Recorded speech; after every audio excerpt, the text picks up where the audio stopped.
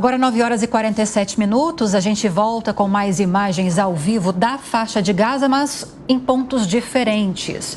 Para você que está nos acompanhando por imagens, a gente segue com a tela dividida e já vou descrever para você que está nos ouvindo apenas pela Rádio Jovem Pan.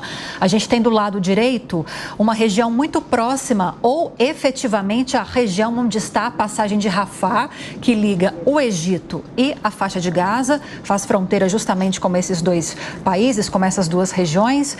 E do lado esquerdo temos uma imagem aérea da faixa de Gaza efetivamente, onde ao fundo a gente consegue ver mais um ponto de fumaça subindo ao céu, aquela fumaça escura que vai bem longe, que voa bem alto, vai bem alto, mostrando justamente que muito possivelmente aconteceu agora há pouco um bombardeio aí nessa região. A gente tem alertado para você que nos últimos dias Israel já havia anunciado que reforçaria os bombardeios nessa região, inclusive na passagem de Rafah, que é essa imagem do lado direito, houve bombardeios nos últimos dias. Nós temos informações que, inclusive, para que esses caminhões que estão conseguindo entrar na faixa de Gaza nos últimos dias, foi necessário obras para reconstruir o asfalto dessa região para que esses caminhões pudessem passar e levar essa ajuda humanitária para essas pessoas que estão na faixa de Gaza. Lembrando que há, inclusive, ainda um grupo de brasileiros, de quase 30 brasileiros, que aguardam para ser repatriados, brasileiros que estão na faixa de Gaza esperando que eles possam passar por essa passagem de Rafah, porque, por enquanto, a passagem foi aberta para algumas dezenas de caminhões, poucos, mas algumas dezenas de caminhões entrarem levando essa ajuda humanitária para a faixa de Gaza, mas não houve a liberação para saída de pessoas que estão nesse território, inclusive esse grupo de brasileiros. Eu vou chamar mais uma vez os nossos comentaristas para a gente analisar esse cenário agora. Amanda Klein, a gente tem acompanhado aí nos últimos dias a abertura dessa passagem para entrada na faixa de Gaza de alguns caminhões, 20 no sábado, 14 no domingo, mais ou menos 10, um número ainda a ser confirmado nesta segunda-feira. Agora, digamos, 44 caminhões entrando num território que tem mais de 2 milhões de habitantes, que estão vivendo sob um cerco já há semanas e que estão carentes de água também e energia elétrica, inclusive, é uma ajuda insuficiente se permanecer assim, né?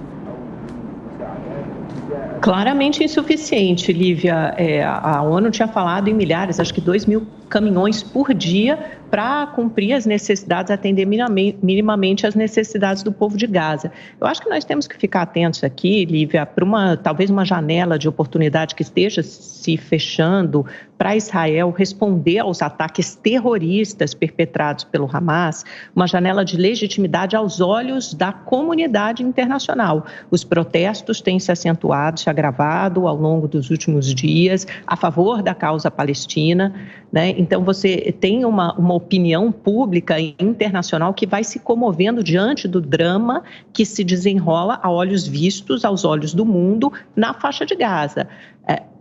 Mais que essa oportunidade, por mais que o Israel demore, mais tempo que Israel demora para entrar na faixa de Gaza, parece que essa janela vai lentamente se fechando.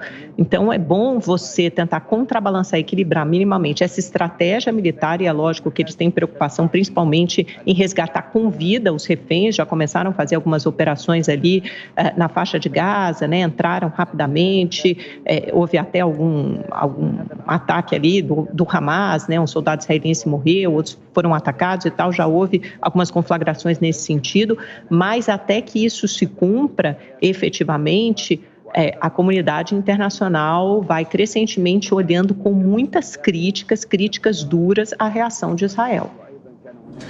Dantas, qual é a tua avaliação sobre essa perspectiva aí de liberação para a entrada de mais caminhões, para que esse acordo entre Estados Unidos e Egito, feito lá semana passada, seja ampliado? Pois é, Colombo, essa entrada de ajuda humanitária é fundamental como uma válvula, inclusive, de escape da pressão que o próprio Israel está sofrendo, a comunidade internacional, em função da contraofensiva necessária. O Egito tem um papel fundamental nisso e precisa, de fato, garantir que essa ajuda humanitária ela entre ali na região sul da faixa de Gaza. Naturalmente, também tem que controlar para que essa ajuda humanitária não seja capturada pelo próprio Hamas para se auto-beneficiar com isso, né? Financiar, segurar a ajuda e usar essa ajuda como barganha para conseguir apoio dos palestinos que estão lá passando fome, miseráveis, sem lugar para ficar. Quer dizer, o Hamas, esse é o Hamas. O Hamas vem adotando sempre essa política desde quando assumiu aí o comando da faixa de Gaza lá atrás. Então, esse é um ponto fundamental. Outro ponto que eu gostaria de destacar aí é a visita prevista aí do Macron para esta semana. O presidente francês, ele dependendo das declarações públicas deles, ele pode ser fundamental aí nessa perspectiva da comunidade internacional em relação ao apoio a Israel, tá? Isso independentemente de qualquer conversa lá no Conselho de Segurança. Então, Macron, que há 2 dias conversou com Lula por telefone, já sinalizou um apoio a Israel. Então, esse apoio aí é fundamental justamente porque traz um pouco a visão da esquerda europeia para dentro, né, desse arco de alianças de apoio a Israel nesta guerra contra o Hamas.